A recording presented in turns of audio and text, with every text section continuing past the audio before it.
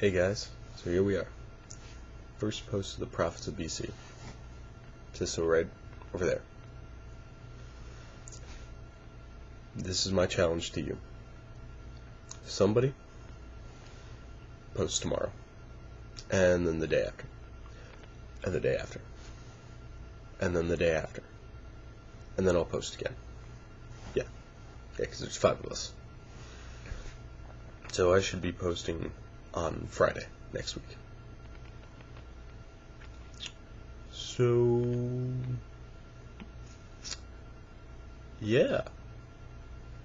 No emails, no AIM, no text of any kind, for the most part. I mean, you want to text, you can. We don't live in the same area, so, that happens. But none of the major text stuff. All through video. Maybe a phone call. But that's doubtful, because none of us have time to, I don't have time to get in touch with you guys, and you guys don't have time to get in touch with me, because we live on different schedules in different parts of the country. So that happens. But we're going to keep in touch this way. If somebody doesn't post, I vote that there be strict punishments. Oh yeah, real strict punishments.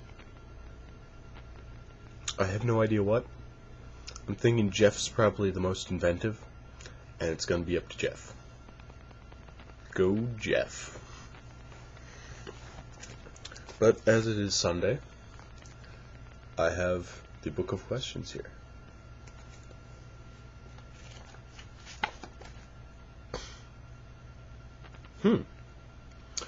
Would you have one of your fingers surgically removed if it somehow guaranteed immunity from all major diseases?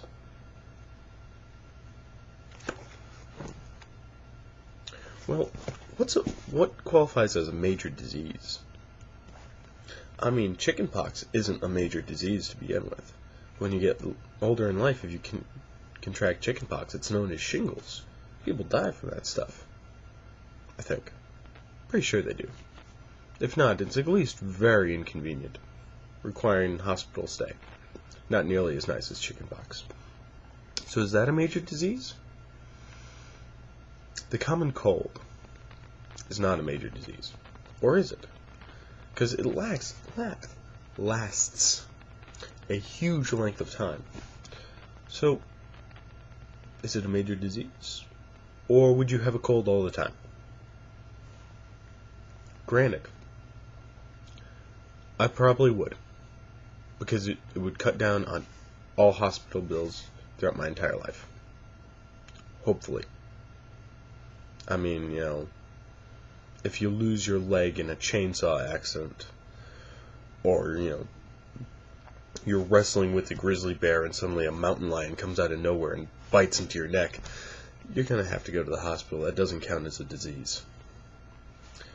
And that is why you should always have a spotter when you wrestle a grizzly bear. Always.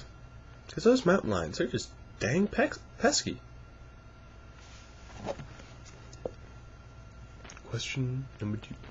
And by number 2, I actually mean...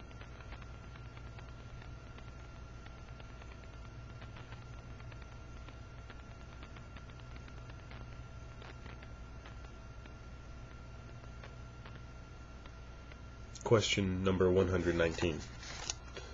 Says so. Ooh. Says so right there. If this country were to suffer an unprovoked... There we go. If this country were to suffer an unprovoked nuclear attack and would be totally obliterated in a matter of minutes, would you favor unleashing the U.S. nuclear arsenal upon the attackers?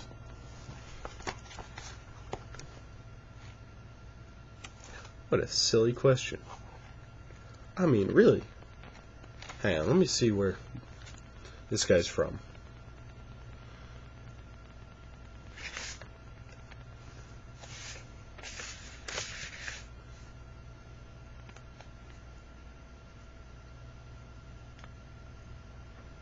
Hmm.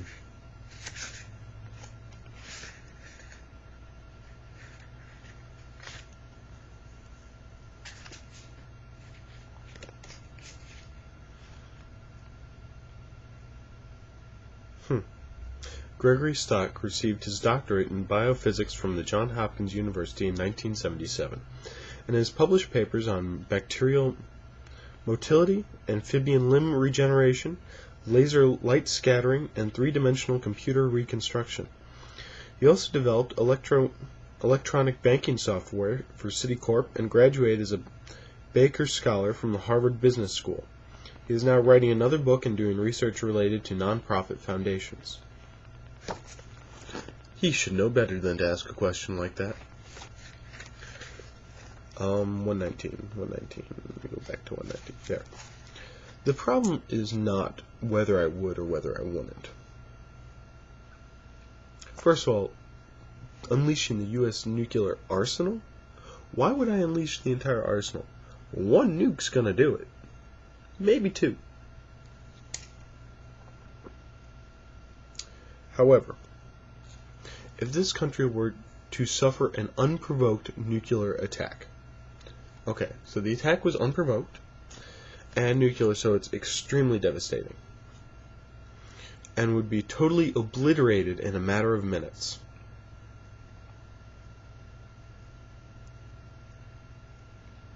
Obliterated in a matter of minutes, okay. That's a lot of nukes. I mean, not really. You hit some of the major cities, I guess, and everything shuts down. You also decimate the population. Would you favor? Wait a minute. Would I favor what?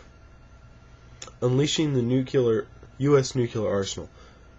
What? Our country's decimated. You think that we're going to have the ability to launch a nuclear strike? Nuclear launch codes, as far as we know, we are told, are kept in the football, which is the briefcase carried around by one person who's with the president most of the time.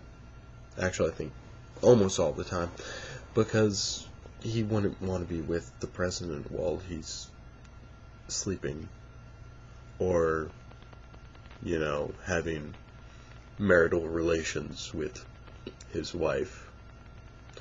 Or with other women in the case of JFK. I mean, let's just be fair. There's no reason why that man would have wanted to sit there and watch JFK and Marilyn Monroe go at it. Well, I mean, I take that back. That could be interesting to watch. Hopefully. But if we suffered an unprovoked nuclear attack, and our country was decimated in a matter of minutes, how would the president get notification of the attack and then be able to get out a signal with the nuclear launch codes after the country's been decimated? Now, if they didn't strike Washington, D.C., or wherever the president was at the time, I could see how it's possible. However, that's dumb. If you're going to provoke somebody with it, if you're going to attack somebody in a first strike operation, why would you not take out the head? It's like saying, oh, there's a rattlesnake. I'm going to cut off its tail. First of all, rattlesnake, the entire body is tail. So we're going to assume that you're talking about just the rattle. It's like cutting off the rattle of a rattlesnake. Okay, so you're not going to hear it anymore, so it's going to be in pain, and so it's hurting. But it's still going to bite you. That hasn't changed. It's even more angry now. So that question's foolish. Alright. I'm going to get off, guys, because I've got to go do stuff. It's your turn. Who's going to be next? Who's gonna create more rules? Or decide no rules? Ooh.